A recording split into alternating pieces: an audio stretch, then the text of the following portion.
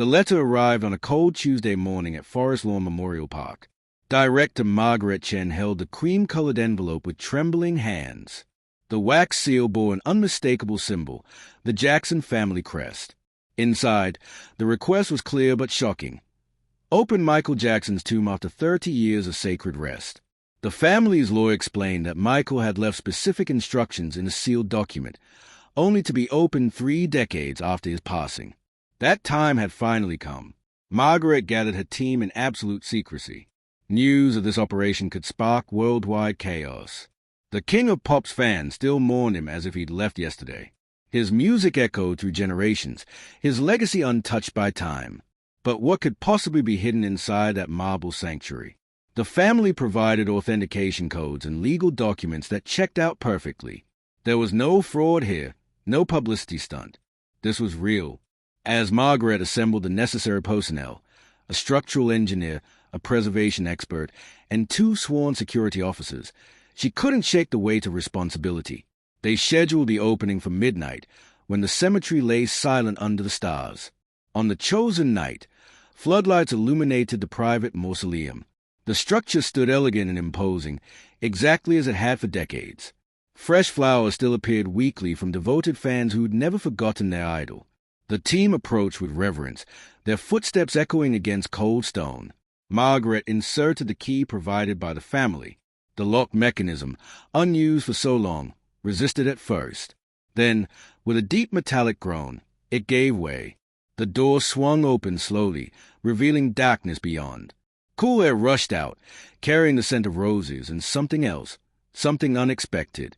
Margaret's flashlight beam cut through the black interior. What she saw made her gasp.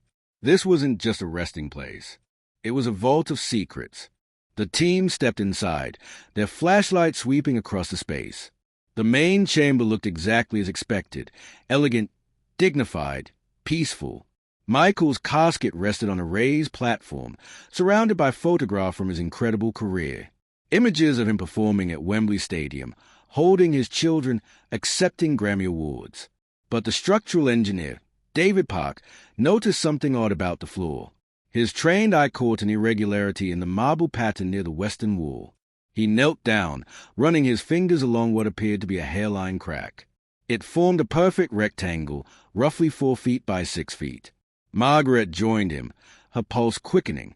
According to the family's documents, they were looking for something specific, though the letter hadn't revealed exactly what. David produced a small crowbar from his toolkit. With careful precision, he worked the edge into the crack. The marble panel shifted slightly, then lifted. Beneath it lay a staircase descending into complete darkness. The preservation expert, Linda Wu, checked her air quality meter. The readings came back normal, breathable, surprisingly fresh. Someone had engineered this space with ventilation in mind. The stairs were steep and narrow, carved from the same marble as above. Margaret led the way down, counting 15 steps before reaching landing.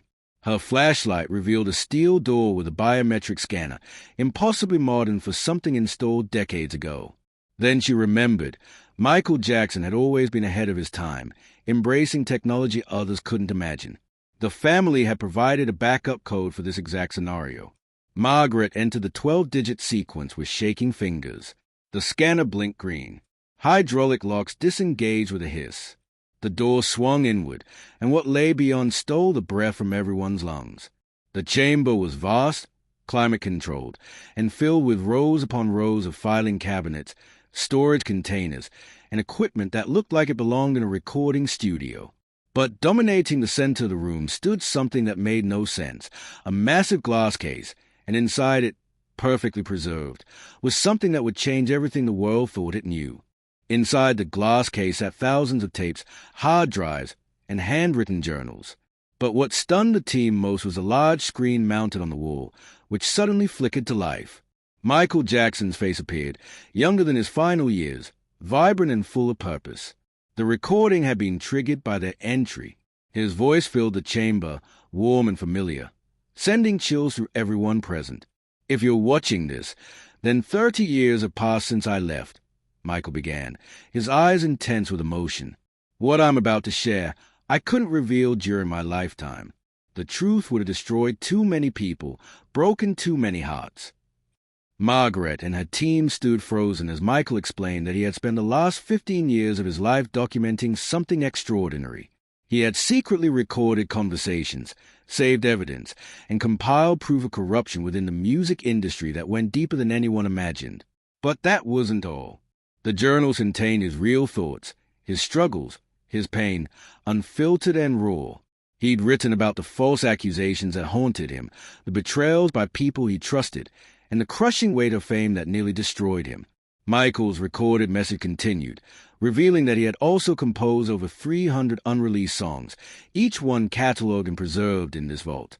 These weren't rough demos or half-finished ideas. They were complete masterpieces, produced in secret studios, representing his purest artistic vision without commercial pressure or outside interference. "I created this chamber as my truth," Michael said on the screen. "Some of these songs address my accusers directly. Others speak to future generations about love, unity, and healing the world. I wrote music about technology, about space exploration, about things that haven't happened yet but will." Linda will examine the storage systems and confirmed everything was perfectly preserved. The temperature and humidity had been maintained at optimal levels by sophisticated automated systems. Every tape, every drive, every piece of paper remained in pristine condition. The team realized they were standing in the most valuable music archive ever assembled, and potentially the most controversial. Margaret immediately contacted the Jackson family attorney. Within hours, Michael's children, now adults themselves, arrived at the cemetery under heavy security. Prince, Paris, and Blanket Jackson descended into the chamber their father had created, tears streaming down their faces as they watched his recorded message. Michael had left specific instructions for them too, personal videos they watched in private. When they emerged, Paris spoke first, her voice steady despite her emotions. Dad wanted the world to hear his truth, but he also wanted to protect people. We need to decide carefully what gets released and what stays buried. The family spent days in that underground chamber, reviewing materials with a team of lawyers, music historians, and trusted advisors.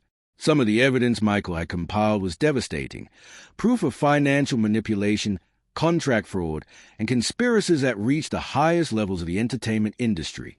Several powerful executives, some still alive and influential, were implicated in schemes that had cost artists millions. But releasing everything could trigger lawsuits, destroy reputations, and potentially harm innocent people connected to the guilty. The unreleased music presented its own challenges. Some songs were so ahead of their time that they addressed current social issues with eerie accuracy. Others contained lyrics that would certainly spark controversy. Michael had written protest songs, love ballads that pushed boundaries, and experimental tracks that defied genre classification entirely. Prince Jackson, as the eldest, took charge of the decision-making process. My father was many things, but he wasn't reckless. He documented this truth and then waited 30 years specifically so that time could provide perspective. The family decided on a staged release. They would first share 10 songs with the world, carefully chosen tracks that showcased Michael's genius without igniting immediate controversy. The evidence of industry corruption would be turned over to federal authorities privately. The personal journals would be published, but only after careful editing to protect living individuals who didn't deserve public exposure. As news began to leak that something significant had been discovered, the media went into a frenzy. The announcement came on a Monday morning. The Jackson family held a press conference that was broadcast to every corner of the globe. When Paris revealed that her father had left behind hundreds of unreleased songs and a message for the world, social media exploded.